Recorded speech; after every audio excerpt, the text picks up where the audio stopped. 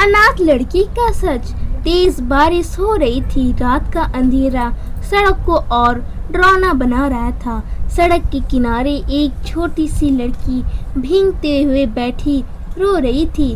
उसके हाथ में एक पुराना बैग था और आंखों में डर साफ दिखाई दे रहा था। उस लड़की का नाम था आर्या। मम्मी, मुझे छोड़कर मत जाओ। आर्या रोते हुए खुद से बोल रही थी। उसी समय वहाँ से एक कार गुजरती है। कार अचानक रुकती है। अंदर से एक औरत बाहर निकलती है।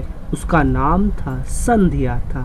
संध्या बोलती है कि बेटा, तुम यहाँ अकेले क्या कर रही हो? फिर आर्या कहती है, मैं ठीक हूँ आंटी। संध्या कहती है कि इतनी रात में तुम्हारे मम्मी पापा कहाँ हैं? आर्या फिर कहती है, मेरे मम्मी पापा कोई नहीं है। आर्या की बात सुनकर संध्या का दिल पिघल गया। वो तुरंत आर्या को अपने घर ले आई। संध्या कहती है कि अब तुम सुरक्षित हो बेटा। फिर आर्या कहती है, मैं काम कर दूंगी, बदले में खाना देना। संध्या कहती है कि नहीं बेटा, तुम्हें काम नहीं करना। अगली सुबह संध्या का बेटा रोहन कमरे में आता है। वहाँ आर्या को देखकर हैरान हो जाता है। रोहन कहता है कि मम्मी, ये लड़की कौन है? संध्या कहती है, इसका नाम आर्या है। कुछ दिन हमारे साथ रहेगी बेटा। फिर रोहन कहता है, लेकिन हम किसी अनजान लड़की को घर में कैसे रख सकते हैं? आर्या कहती है कि अगर परेशानी है तो मैं चली जाती हूँ। आर्या अपना बैग उठाने लगती है, लेकिन संध्या उसका हाथ पकड़ लेती है। संध्या कहती है, कोई कहीं नहीं जाएगा। दिन बीतने लगे। आर्या धीरे धीरे उस घर का हिस्सा बनने लगी। वो पढ़ाई में बहुत तेज थी और सबका ख्याल रखती थी। एक दिन रोहन देखता है कि आर्या उसकी फटी किताबें ठीक कर रही है। रोहन कहता है, तुम ये सब क्यों कर रही हो? फिर आर्या कहती है कि क्योंकि किताबें दोस्त जैसी होती है, इन्हें संभाल कर रखना चाहिए। रोहन पहली बार आर्या की बात सुनकर मुस्कुरा देता है। दोनों की दोस्ती धीरे धीरे बढ़ने लगती है। लेकिन तभी घर में कमला चाची आती है।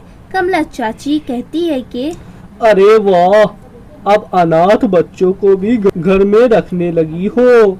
संध्या कहती है, चाची, वो बच्ची है, ऐसे मत बोलिए। कमला चाची कहती है कि आजकल ऐसे बच्चे ही बाद में धोखा देते हैं। कमला चाची की बातें सुनकर आर्या उदास हो जाती है। रात में वो छत पर अकेले बैठकर रो रही होती है। तभी रोहन वहाँ आता है। रोहन कहता है, तुम रो रही हो?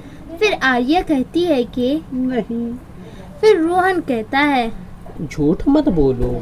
आर्या भी फिर रोहन से कहती है, शायद मैं इस घर पर बोझ हूँ। फिर रोहन कहता है आर्या से, अगर तुम बोझ होती तो मम्मी तुम्हें इतना प्यार नहीं करती। कुछ दिनों बाद रोहन की स्कूल प्रतियोगिता होती है, लेकिन अचानक उसकी तबीयत खराब हो जाती है। रोहन अब मैं हार जाऊंगा। फिर आर्या कहती है, मैं तुम्हारी मदद करूंगी। पूरी रात आर्या रोहन को पढ़ाती है। अगले दिन रोहन प्रतियोगिता जीत जाता है।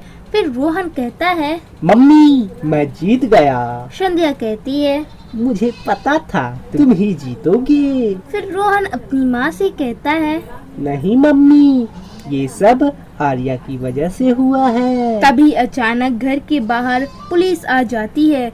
सब घबरा जाते हैं। पुलिस कहते हैं, क्या यहाँ आर्या रहती है? संध्या कहती है कि जी, क्या बात है? पुलिस कहते हैं, हमें इसके परिवार के बारे में जानकारी मिली है। आर्या कहती है कि क्या मेरा परिवार जिंदा है? अगले दिन पुलिस आर्या को उसके पिता से मिलाने ले जाती है। एक छोटा सा घर, दरवाजा खुलता है और सामने एक कमजोर आदमी खड़ा होता है। आदमी कहता है आर्या से, फिर आर्या कहती है अपने पापा से, आप मेरे पापा हो? आदमी कहता है कि मुझे माफ कर दो बेटा, मजबूरी में तुम्हें छोड़ना पड़ा। फिर आर्या कहती है, अगर प्यार करते थे तो छोड़कर क्यों गए? वो आदमी रोने लगता है। संध्या सब कुछ चुपचाप देख रही होती है। कुछ देर बाद आर्या संध्या की तरफ देखती है। आर्या कहती है, मैं आपको माफ करती हूँ, लेकिन मेरी असली माँ संध्या आंटी है। संध्या की आंखों से आंसू बहने लगते हैं। वो दौड़कर आर्या को गले लगा लेती है। कुछ महीने बाद आर्या स्कूल जाने लगती है। अब उसके चेहरे पर डर नहीं बल्कि मुस्कान होती है। एक दिन स्कूल में टीचर बच्चों से सवाल पूछती है। टीचर बोलती है, बच्चों बताओ परिवार किसे कहते हैं? फिर आर्या कहती है, परिवार सिर्फ खून का रिश्ता नहीं होता है, परिवार वो होता है जहाँ बिना शर्त प्यार मिले। आर्या की बात सुनकर पूरी क्लास तालियों से गूंज उठती है। संध्या पीछे खड़ी मुस्कुरा रही होती है और उस दिन आर्या समझ जाती है कि सच्चा प्यार किसी की पूरी जिंदगी बदल सकता है।